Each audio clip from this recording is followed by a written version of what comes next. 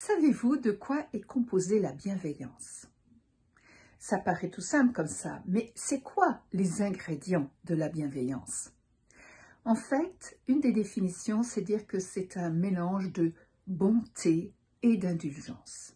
Et j'aime beaucoup cette définition à cause de l'indulgence. Parce que si vous regardez autour de vous, lorsque vous êtes en conflit avec quelqu'un ou qu'il y a un malentendu ou un événement qui vous irrite, qui vous frustre, qui vous froisse, eh bien, vous aurez tendance à avoir une réaction immédiate, négative. Vous n'aurez pas cette indulgence qui fera que vous essaierez de savoir ce qui s'est passé et pas tout de suite porter un jugement. Vous essaierez de comprendre la situation.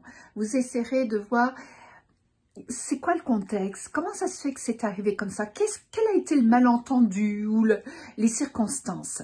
Je ne dis pas qu'il faut ne pas mettre de limites ou être dans le déni, pas du tout. Mais je dis que par moment, d'avoir en nous cette bienveillance nous permet de prendre un peu de recul, de prendre le temps de réfléchir, de se renseigner, de poser des questions, de comprendre le contexte dans lequel l'événement est arrivé, et ça permet bien souvent d'éviter bien des conflits.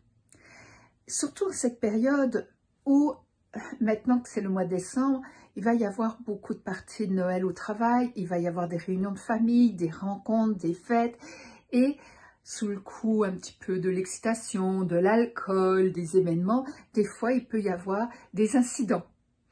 Et là, ne pas tout de suite rentrer dans le négatif et le jugement. Donc, pensez-y à cette bienveillance parce que elle peut vous être utile, elle peut aussi un jour être bonne pour vous. Donc, si vous vous montrez de l'indulgence au départ, et je vous dis, ça n'empêche pas de mettre les points sur les i, les barres sur les t, ça n'a rien à voir, eh bien, la vie vous le rendra d'une manière ou d'une autre. Et je pense que c'est important de la cultiver, cette indulgence, cette bonté, parce qu'en ces temps troublés où il y a beaucoup de conflits autour de nous, et je ne parle pas seulement dans des pays lointains, je parle de ce qui se passe aussi dans notre territoire, ça vaut la peine de faire la part des choses, de prendre du recul et de se dire voyons voir, qu'est-ce qui pousse ces gens à avoir ce comportement plutôt que tout de suite les catégoriser dans un clan ou dans un autre. Sur ce, je vous souhaite une très bonne journée. À bientôt.